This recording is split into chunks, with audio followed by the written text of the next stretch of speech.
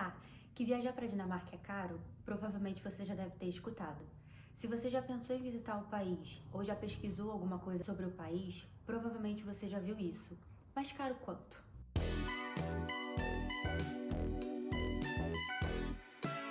Antes de eu começar a falar propriamente dos valores, deixa eu comentar dois pontos.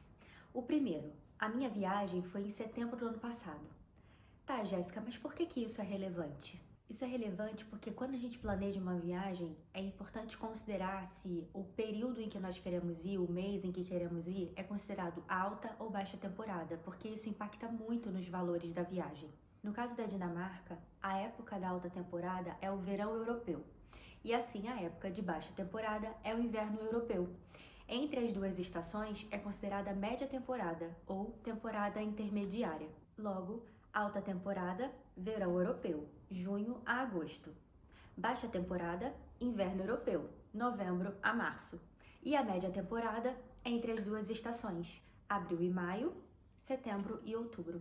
O segundo ponto que eu queria comentar é que os valores que eu vou citar aqui são valores em euro, porque corresponde à minha realidade. Eu moro em Portugal, então eu ganho e gasto em euro. Mas para facilitar, caso você mora no Brasil ou você ganhe e gaste em reais, eu vou colocar também aqui os valores convertidos em real à taxa de hoje. Lembrando que as taxas de conversão, elas variam todos os dias. Então agora vamos para os valores. Eu vou começar pelos principais, que são aqueles que mais impactam o orçamento de qualquer viagem, que são voo e hospedagem. No caso do voo, eu peguei um voo direto daqui de Porto até Copenhague com a companhia aérea Norwegian, que é uma low cost, inclusive por muitos anos ela foi considerada como a melhor low cost aqui da Europa, e esse voo durou 2 horas e custou 240 euros. Já com relação à hospedagem, e já adianto que foi o maior gasto do meu orçamento, porque hospedagem é algo muito caro na Dinamarca, eu pesquisei e reservei pela Booking.com e paguei 610 euros por 5 diárias no Cabin Scandinavia sem café da manhã. O Cabin Scandinavia é uma rede de hotéis que tem lá na Dinamarca e tem alguns em vários pontos da cidade, inclusive em vários pontos do país. E era tipo uma cabine mesmo, com o menor banheiro que eu já vi na vida. Uma coisa que eu sempre considero quando eu vou reservar uma hospedagem é a proximidade com algum meio de transporte, principalmente metrô ou trem. E no caso do Cabin Scandinavia, ele ficava a menos de 5 minutos a pé de uma estação de metrô, e dessa estação de metrô até o centro de Copenhagen era menos de 10 minutos. Então eu achei a localização ótima. O próximo gasto é o transporte. Uma das coisas que eu sempre faço antes de pesquisar sobre o transporte é montar o roteiro, porque dessa forma eu consigo ter uma noção se eu vou precisar usar muito o transporte público ou se o roteiro vai ser basicamente a pé.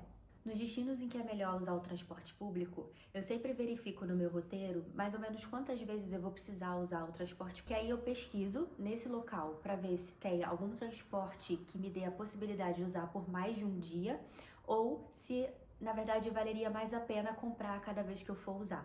No caso de Copenhague, por ser uma cidade grande, afinal é a capital do país, eu analisei que seria melhor, de fato, para mim, ter acesso a um bilhete de transporte público, porque eu ia precisar usar bastante.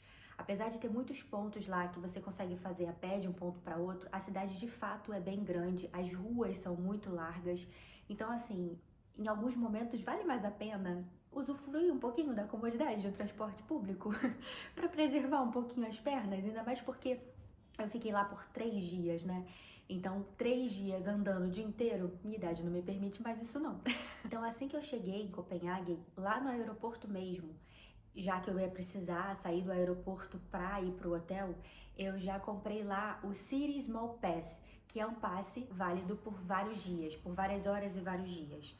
No meu caso, pela quantidade de tempo que eu ia ficar lá, considerando o dia da chegada e o dia da saída, valeu a pena comprar o passe de 120 horas, que é válido por 5 dias. Esse City Small Pass é um passe que é válido para todos os transportes públicos da cidade, metrô, trem, ônibus, entre as zonas 1 a 4, que são basicamente as zonas onde ficam os principais pontos turísticos de Copenhague. Isso facilitou muito porque eu não precisei comprar o bilhete a cada vez que eu ia usar o transporte. Até porque, lá em Copenhague, o sistema de transporte ele funciona por zona. Então, toda vez que eu fosse comprar um bilhete, eu teria que analisar em qual zona estaria localizado o meu destino para que eu pudesse comprar o bilhete certo. Confuso, né? e esse City Small Pass custou 46 euros. Além disso, no dia que eu fui a Ilerod e Helsingør, eu precisei comprar um outro passe, porque essas duas cidades ficam fora das zonas 1 a 4, que é coberta pelo City Small Pass. Então, para esses dias, eu tive que comprar o City Large Pass, que custou 27 euros.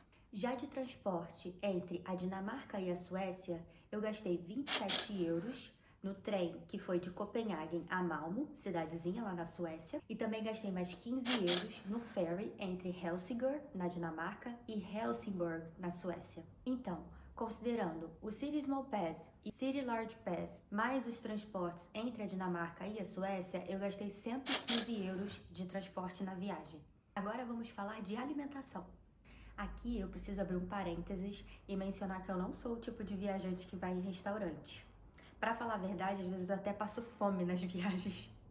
Mas não por falta de dinheiro, mas porque quando eu chego no lugar, eu quero conhecer tudo, eu quero andar pela cidade. Então eu não quero ficar perdendo tempo e parando pra comer ou gastando dinheiro com comida. Então o que eu faço muito é comprar coisas em mercado, como sanduíche, comida pronta, ou então ir em fast food.